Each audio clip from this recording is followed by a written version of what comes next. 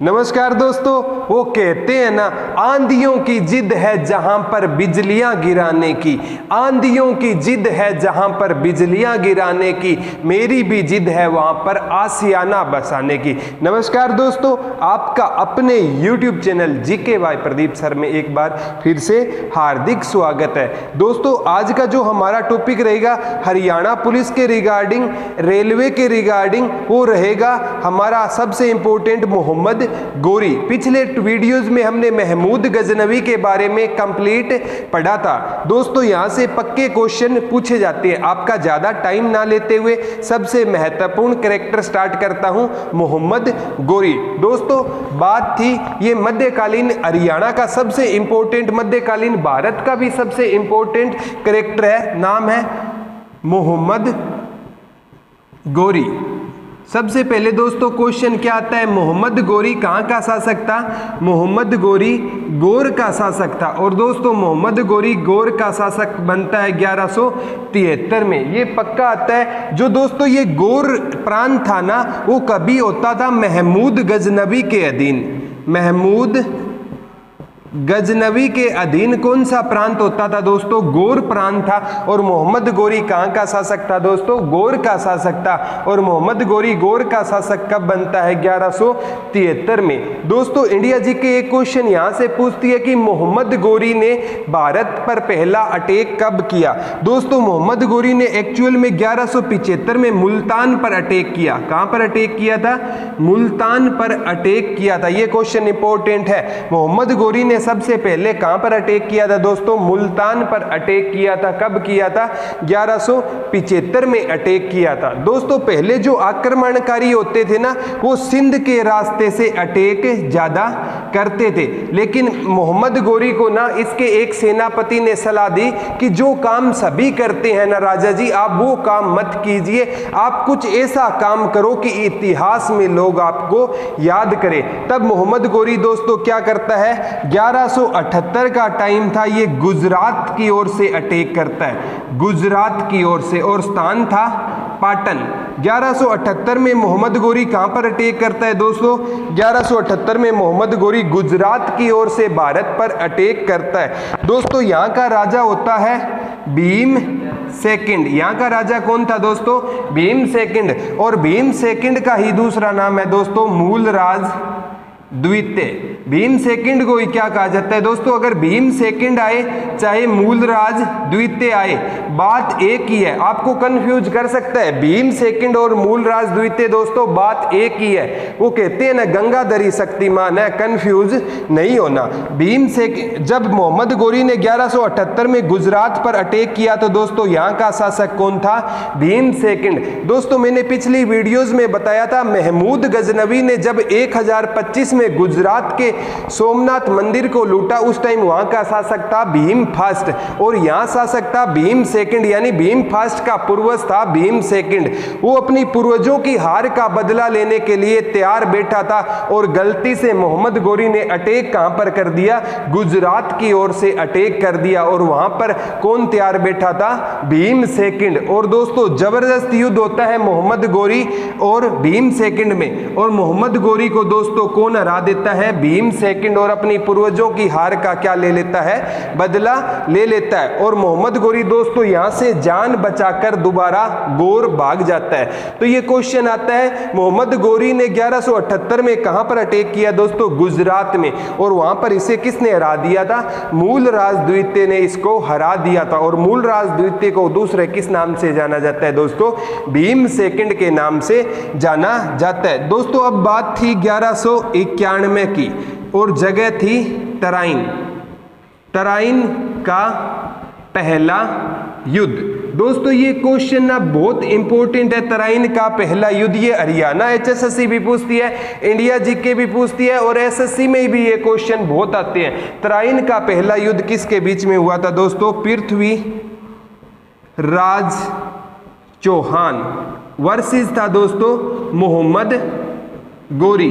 और दोस्तों गुजरात को जब मोहम्मद गोरी ने हार गया था तो ये दोबारा चला जाता है गौर, और दोस्तों वहां पर इस बार ना तराइन का युद्ध लड़ने के लिए ये पूरी प्लानिंग के साथ आया था। दोस्तों बात अब क्वेश्चन उठता है कि तराइन का युद्ध तराइन में ही क्यों हुआ, क्योंकि युद्ध तो ये ना मोहम्मद गोरी एक्चुअल में दोस्तों युद्ध दिल्ली में लड़ना चाहता है, लेकिन इसको चौहान रोकेगा तराइन में। मैं आगे बताऊंगा कि इसे चौहान तराइन में क्यों रोकता है। दोस्तों पृथ्वीराज चौहान वैसे अजमेर का शासक था। कहां का शासक था? अजमेर का शासक था। और दोस्तों पृथ्वीराज चौहान बड़ा ही दिलेर शासक था, बड़ा ही क्षत्रिय शासक था, और इसके नाना का भी इसको पूरा सहयोग मिल रहा था। एक था दोस्तों राजा जयचंद, और राजा जयचंद भी दोस्तों बड़ा ही जाबाज था, और उसने किसका साथ दिया था? तराइन के पहले युद्ध में मोहम्मद गोरी के विपक्ष में लड़ा था, यानी पृथ्वीराज चौहान का साथ दिया था। दोस्तों जब ये पृथ्वीराज चौहान को सूचना मिली कि मोहम्मद गोरी की सेना इस बार पूरी प्लानिंग के साथ युद्ध लड़ने के लिए आ रही है, तो इनको पता चला कि मोहम्मद गोरी दिल्ली की ओर बढ़ रहा है। तो पृथ्वीराज चौहान को पता था कि दिल्ली के खुले मैदान में युद्ध हुआ तो चौहान गोरी की सेना का सामना नहीं कर पाएगा, इसलिए इन्होंने तराइन के घने जंगल में किसको रोका? मोहम्मद गोरी को रोक लिया। और तराइन के जो तराइन का मैदान है उसकी चप्पे चप्पे की जानकारी किसको थी? दोस्तों पृथ्वीराज चौहान को। दोनों में आपस में युद्ध होता है और तराइन में घने जंगल थे दोस्तों, और इस युद्ध में बड़ी आसानी से पृथ्वीराज चौहान किसको हरा देता है दोस्तों? मोहम्मद गोरी को। तो तराइन का युद्ध दोस्तों कौन जीत जाता है? पृथ्वीराज चौहान जीत जाता है, और दोस्तों मोहम्मद गोरी हार जाता है। और दोस्तों मोहम्मद गोरी जान बचाकर दोबारा कहां भाग जाता है? गौर भाग जाता है। दोस्तों ये क्वेश्चन पक्का आता है तराइन का पहला युद्ध कहां हुआ? तराइन का पहला युद्ध तराइन, जो कि तराइन वर्तमान में दोस्तों करनाल में है, इसलिए हरियाणा HSSC यहां से क्वेश्चन पक्का पूछती है। तो 1191 के तराइन के पहले युद्ध में किसकी जीत होती है दोस्तों? तराइन के पहले युद्ध में पृथ्वीराज चौहान जीत जाता है। और दोस्तों मोहम्मद गोरी कहां पर चला जाता है? गौर। और दोस्तों कहते हैं कि मोहम्मद गोरी ना इस बार बड़ा निराश होता है, क्योंकि पहली बार उसको भीम सेकंड ने हराया था और अब पृथ्वीराज चौहान ने। तो कहते हैं कि मोहम्मद गोरी खुद को एक कमरे में बंद कर लेता है, और मोहम्मद गोरी कहते हैं सुसाइड करने वाला होता है। और जब ये सुसाइड करने वाला होता है ना, तो ये अपने सामने एक चिंटी को देखता है, और चींटी ऊपर चढ़ने के लिए बार बार ऊपर जाने का प्रयास करती है, और वो एक बार गिरती है, 2 बार गिरती है, ऐसे करते करते वो 50 बार गिरती है और अपने टारगेट को अचीव कर लेती है।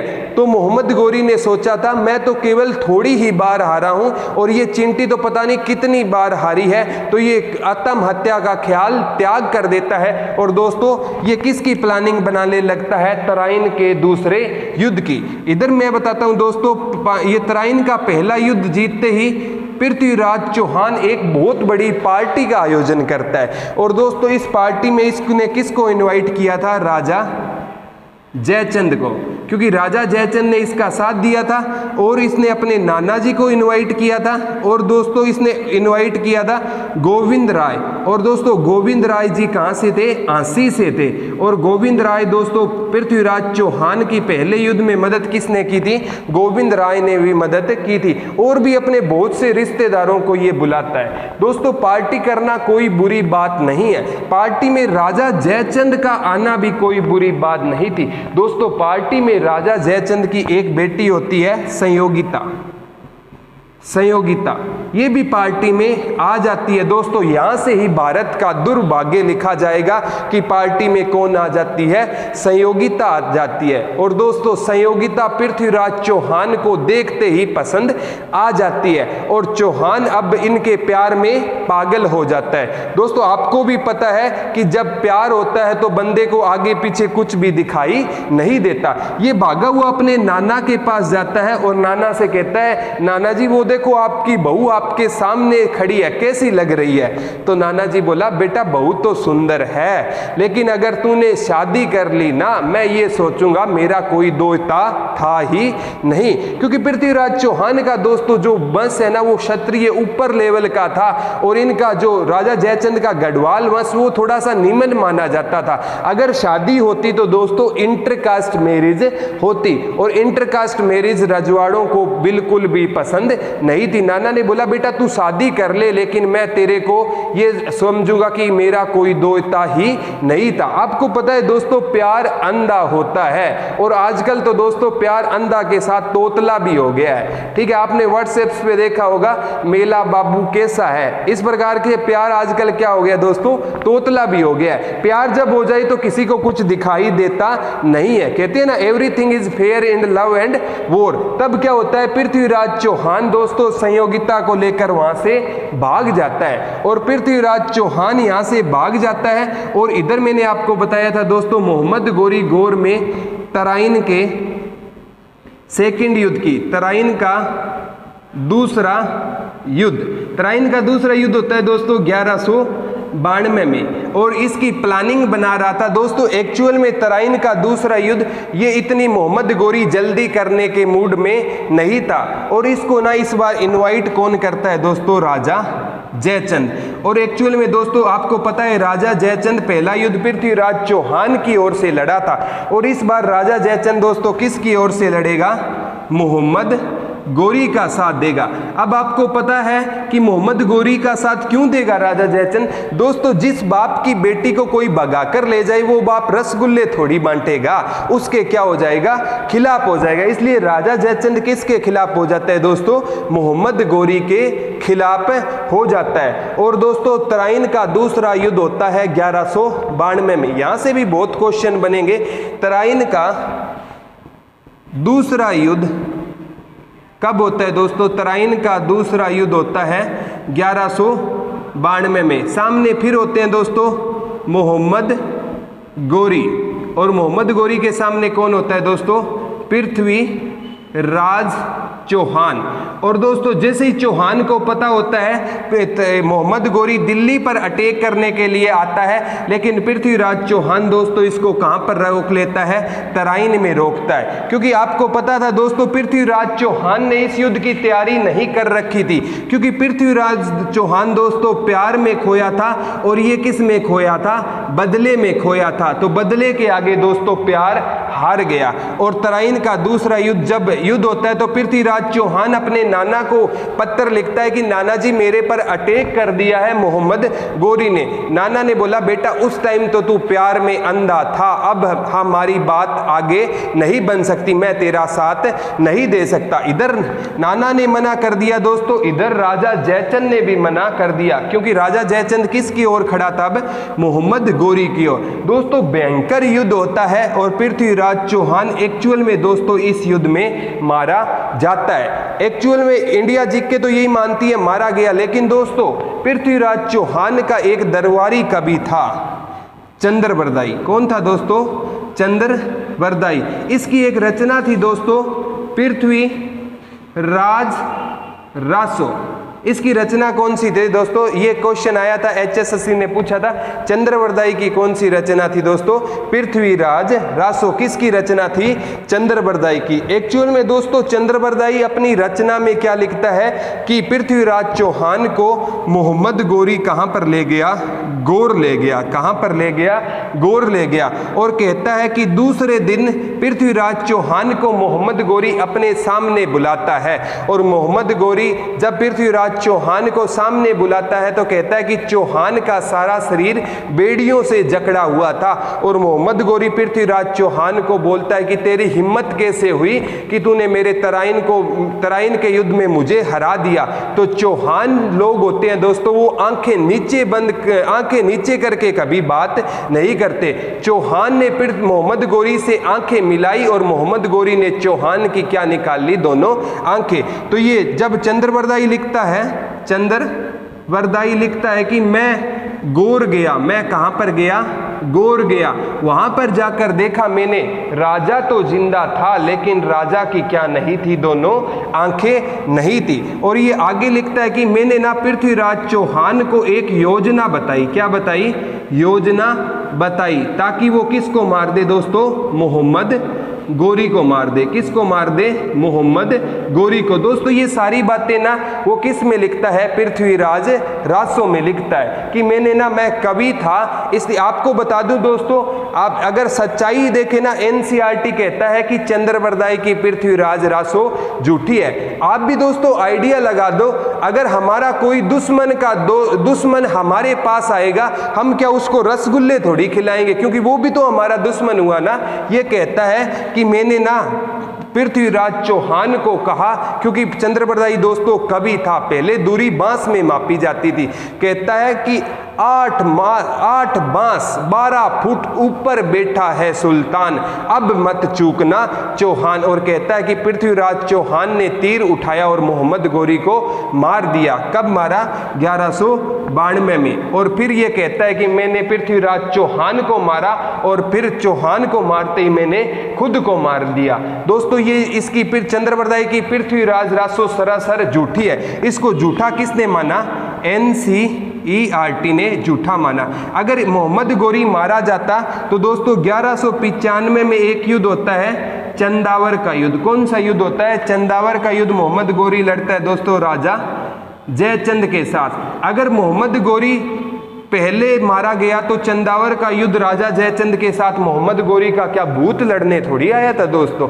इसका मतलब चंद्रवरदाई क्या बोल रहा है दोस्तों, झूठ बोल रहा है पृथ्वीराज रासो में। दोस्तों चंद्रवरदाई था ना वो चारक था, और पहले जो चारक लोग थे ना दोस्तों राजा की बड़ाई लिखा करते थे। सपोज करो दोस्तों राजा ने कोई शायर सुना दिया तो किसी को हंसी भी नहीं आई ना, तो ये चारक लोग क्या कहते, वाह राजा जी हम आपने क्या शेर सुनाया है। यानी ये क्या थे, राजा को बढ़ा चढ़ा कर रखते थे ताकि राजा इनको हीरे जवाहरात देते रहे। तो ये चंद्रवरदाई की पृथ्वीराज रासो क्या थी दोस्तों, सरासर झूठी थी। इसको किसने माना है, एनसीईआरटी ने। दोस्तों बाद में बात धीरे धीरे टाइम बढ़ता गया तो कुछ लोगों ने ना मोहम्मद गोरी को कहा कि आप ना अब बूढ़े होते जा रहे हो, आप अपना एक वला नियुक्त कर दो। क्या नियुक्त कर दो, वला।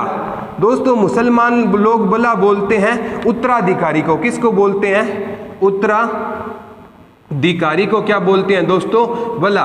कहता है कि आपके बाद कोई आप अपना वला नियुक्त कर दो ताकि भारत पर कोई शासन कर सके। दोस्तों मोहम्मद गोरी को ना इसका एक सेना नायक पसंद था जो इसका दास था, नाम था दोस्तों कुतुबुद्दीन ऐबक। और दोस्तों कुतुबुद्दीन ऐबक ना ऐसा स्वामी भगत था, अगर ठंड का महीना है और मोहम्मद गोरी ने कुतुबुद्दीन ऐबक को बोल दिया कि तेरे को सारी रात पानी में खड़ा रहना है, तो कुतुबुद्दीन ऐबक इतना बड़ा स्वामी भक्त था दोस्तों, सारी रात पानी में भी खड़ा हो सकता था।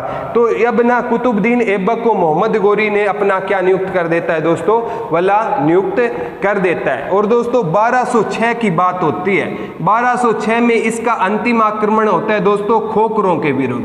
और खोखरों के इस अटैक में कौन मारा जाता है दोस्तों, मोहम्मद गोरी।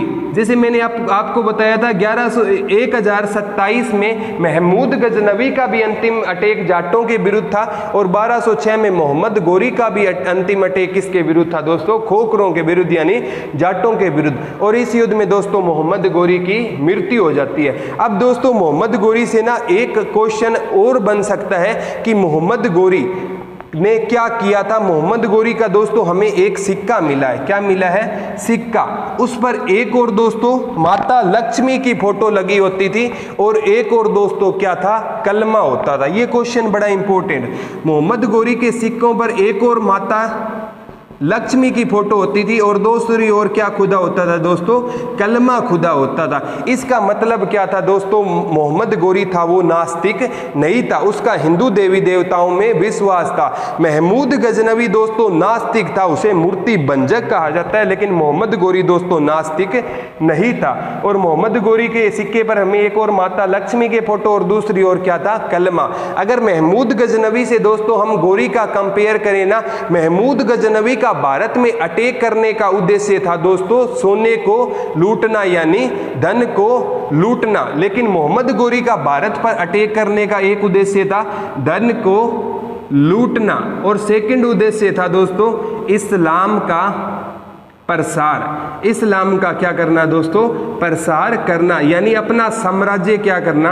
अपना साम्राज्य विस्तार। यानी महमूद गजनवी के अलावा इसका उद्देश्य ना दोस्तों बड़ा होता था। दोस्तों ये है हमारा मोहम्मद गोरी से जितने भी क्वेश्चन बने हैं मैंने इसमें कराने की कोशिश की है। अब आपसे हमारी अगली वीडियो होगी दोस्तों वो हरियाणा जीके के रिगार्डिंग होगी। हम 2 वीडियो जल्दी से जल्दी नेक्स्ट 2 वीडियो होगी वो हमारी हरियाणा जीके की होगी। हम चाहते हैं दोस्तों हरियाणा पुलिस के एग्जाम तक आपकी कंप्लीट हरियाणा जीके और कंप्लीट इंडिया जीके करवा दी जाए। दोस्तों हमने मैथ और अब रीजनिंग और अन्य क्लासेज भी हम जल्दी से स्टार्ट कर रहे हैं। अब दोस्तों आपसे 4 क्वेश्चन पूछूंगा जिनके जवाब आपको हमें कमेंट बॉक्स में देने होंगे। सबसे पहला क्वेश्चन है दोस्तों मोहम्मद गोरी की मृत्यु कब होती है और उसका अंतिम आक्रमण किसके विरुद्ध होता है। और एक क्वेश्चन है दोस्तों मोहम्मद गोरी अपना बल्हा किसे नियुक्त करता है, यानी अपना उत्तराधिकारी किसे नियुक्त करता है। और एक मोहम्मद गोरी के सिक्के पर एक और क्या होता था दोस्तों और दूसरी ओर